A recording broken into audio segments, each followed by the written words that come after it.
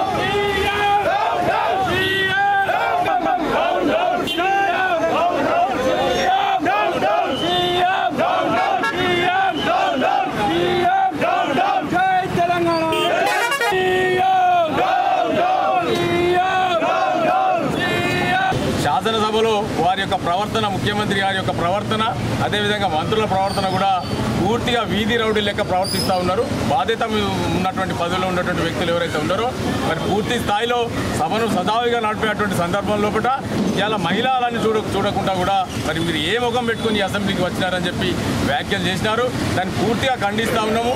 మహిళల పట్ల వీరికి ఏమాత్రం గౌరవం ఉన్నా అప్పుడే అర్థమైపోతూ ఉన్నది. మీరు రానున్న రోజుల పాటు కూడా దీనికి తగిన మూల్యం చెల్లించక తప్పదు. అసెంబ్లీలో సంబంధించినటువంటి ఏ విషయమైనా ప్రతిపక్షాలను గొంతు నొక్కేటువంటి ప్రయత్నం చేస్తూ ఉన్నారు. పూర్తి స్థాయిలో ఈ అసెంబ్లీ నడిచేంత వరకు కూడా ప్రతిదీ కూడా అందరూ ప్రజలందరూ గమనిస్తూ ఉన్నారు. మహిళా ఎమ్మెల్యేలు లేని భద్రత అంటే అటువంటి అనుచిత వ్యాఖ్యలు ఇక రాష్ట్రంలో ఉన్నటువంటి జరుగుతున్న పరిమాణాలు చూస్తూనే ఉన్నారు. నిన్న ఒక హైదరాబాద్ పట్టణంలో మొత్తం తెలంగాణ రాష్ట్రం మొత్తం మీద ఒక 5 రేపైన మర్డర్ కేసు జరగడం జరిగింది. అంటే ఎట్లా పోతుంది తెలంగాణ రాష్ట్రం? గత 10 సంవత్సరాలు ఎట్లా ఉండే, ఇప్పుడున్నటువంటి ఈ 9 నెలల నుండి ఈ పరిపాలన ఎట్లున్నది ప్రజలందరూ గమనిస్తున్నారు. చిన్నపిల్లలు కుక్కలు గడుస్తున్నాయి, కుక్కలు గడిచి వాళ్ళు చనిపోతున్నారు. అదే హత్యలు జరుగుతున్నాయి, చిన్నపిల్లలు రేపులు జరుగుతున్నాయి. మీ కంట్రోల్ లేదని ఒక భావంతో తను మాట్లాడితే తన మీద ఎదురుదాడి చేసి తనను ఇళ్ళకి నానా బూతులు మాట్లాడుకుంటూ అది ఇష్టమైనట్టు మాట్లాడు, అది మంచి పద్ధతి కాదు. రేవంత్ రెడ్డికి ఇది చెప్తాను, అసెంబ్లీలో క్షమాపణ చెప్పాలని కోరుకుంటున్నాను. మా కేటీఆర్ మాట్లాడుతూ ఉంటే వెనుక ఉన్న అక్కలను మాట నమ్మకు, వాళ్ళు మోసకార్యమైన రీతిలో మాట్లాడడం ఇది నిజంగా మహిళా లోకానికే సభ్య సమాజం తలదించుకునేలా ఒక ముఖ్యమంత్రి, మంత్రులు, ఉప ముఖ్యమంత్రి చేసిన వ్యాఖ్యలు ఉపసంహరించుకొని బేషరతులుగా మా ఎమ్మెల్యేలకు అసెంబ్లీలో క్షమాపణ చెప్పాలని కోరుకుంటున్నాను. కాంగ్రెస్ ప్రభుత్వం మెడలు వంచైనా అర్హులైన రైతులందరికీ రుణమాఫీ చేయిస్తామని అన్నారు సుల్తానాబాద్ మండల పార్టీ అధ్యక్షుడు వేల్పుల రాజన్న పటేల్. పెద్దపల్లి జిల్లా సుల్తానాబాద్లో సుల్తానాబాద్ మండలం భారతీయ జనతా పార్టీ ముఖ్య కార్యకర్తల విస్తృత స్థాయి సమావేశం నిర్వహించారు. రాబోయే స్థానిక సంస్థల ఎన్నికల్లో బీజేపీ కార్యకర్తలు సంసిద్ధంగా ఉండాలని ఈ సమావేశం నిర్వహించినట్లు రాజన్న పటేల్ తెలిపారు.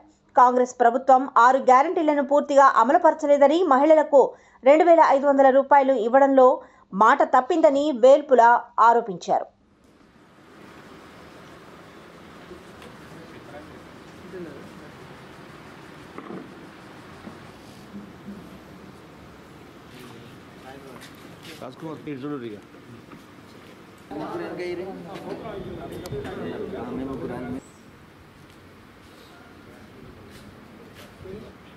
రేపు జరగబోయే ఎంపీటీసీ ఎలక్షన్లు, సర్పంచ్ ఎలక్షన్లు మరియు మున్సిపాలిటీలో జరగబోయే ఎలక్షన్లు కార్యకర్తలను సంసిద్ధంగా ఉండడానికి ఈ సమావేశం ఏర్పాటు చేయడం జరిగింది.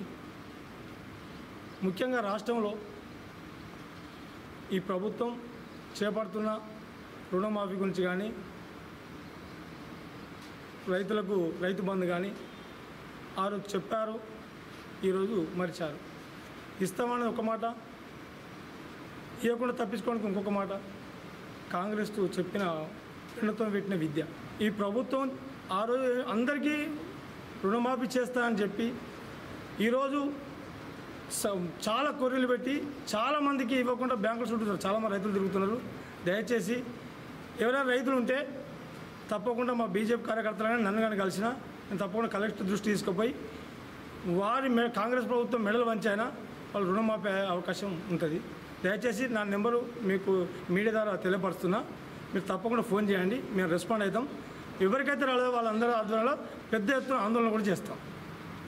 నా నెంబర్ ఒకసారి మీరు నోట్ చేసుకోండి, 9989763219.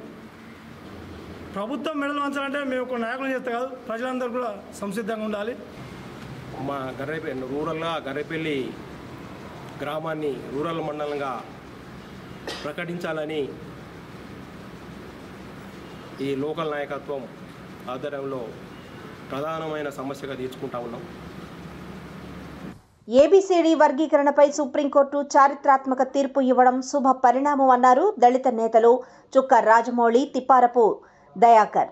పెద్దపల్లి జిల్లా సుల్తానాబాద్లో ఏబిసిడి వర్గీకరణపై సుప్రీంకోర్టు తీర్పు ఇవ్వడం పట్ల మున్సిపల్ ఆఫీస్ ముందు స్వీట్లు పంపిణీ చేసి సంబరాలు జరుపుకున్నారు.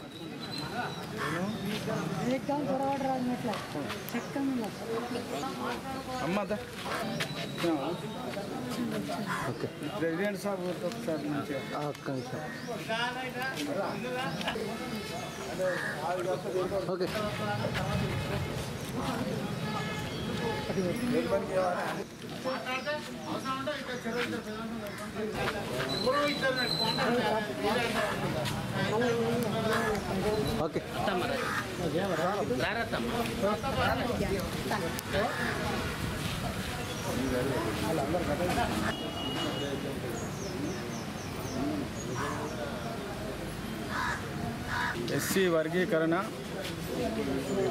సుప్రీంకోర్టు తీర్పు అనుకూలంగా ఎస్సీ వర్గీకరణకు రాష్ట్ర ప్రభుత్వాలు చేసుకోవచ్చు అని చెప్పి తీర్పు ఇవ్వడం మాదిగలకు, మాదిగ జాతికి, అదేవిధంగా ఉపకులాలకు, ఎస్సీలకు అందరికీ కూడా శుభపరిణామం. మరి ఈ విషయాన్ని పురస్కరించుకొని గౌరవనీయులు మందకృష్ణ మాదిగ గారు ఈదుమూడి గ్రామంలో 1994లో ఈ ఉద్యమాన్ని మొదలుపెట్టాడు. ఓన్లీ ఎస్సీ వర్గీకరణ కోసం మొదలుపెట్టిన ఉద్యమం మరి 30 ఏళ్ళు సుదీర్ఘ కాలంలో మరి ఉద్యమాన్ని అలుపెరగకుండా చేసి ఎలాంటి పోత్వాలకు లొంగకుండా, ఎలాంటి పదవులకు ఆశపడకుండా మరి నిస్వార్థంగా చేసినటువంటి వ్యక్తి గౌరవనీయులు మందకృష్ణ మాదిగ గారు. మరి ఆయన పోరాటంలో 30 సంవత్సరాల నుంచి మేము నిరంతరం పోరాటం చేసి ఆయన అడుగుజాడల్లో నడవడం మాకెంతో ఇది అదృష్టంగా మేము భావిస్తూ ఉన్నాం. సుప్రీంకోర్టులో ఇచ్చిన తీర్పు మందకృష్ణ మాదిగ ఎంఆర్పిఎస్ రిజర్వేషన్ పోరాటం చేసి 30 ఏళ్ళ పోరాట ఫలితం ఈరోజు సుప్రీంకోర్టులో తీర్పు రావడం జరిగింది అనుకూలంగా. మందకృష్ణ మాదిగ ఎన్ని ఒడిదొడుకులు వచ్చినా, ఎన్ని కష్టాలు వచ్చినా, ఏ పార్టీకి, డబ్బుకు, దేనికి లొంగకుండా నిరంతరంగా మాదిగల కోసం, మాదిగ ఉపకులాల కోసం పోరాడిన వ్యక్తి మందకృష్ణ మాదిగ. ఆయనని ఇదివరకు మాకు అంబేద్కర్ ఎలాంటి ఉన్నాడో ఈ రిజర్వేషన్ పరంగా సెకండ్ అంబేద్కర్ లెక్క పిలుచుకునే ఘనత, భావాలు ఆయనకు ఉన్నాయి. ఆయన చేసిన ఘనతకు ఆయన ప్రత్యేక ధన్యవాదాలు తెలుపుతున్నాము. పెద్దపల్లి జిల్లా ఓదెల శ్రీ బ్రహ్మరాంబ మల్లికార్జున స్వామి దేవాలయంలో దేవాదాయ ధర్మాదాయ శాఖ ఆధ్వర్యంలో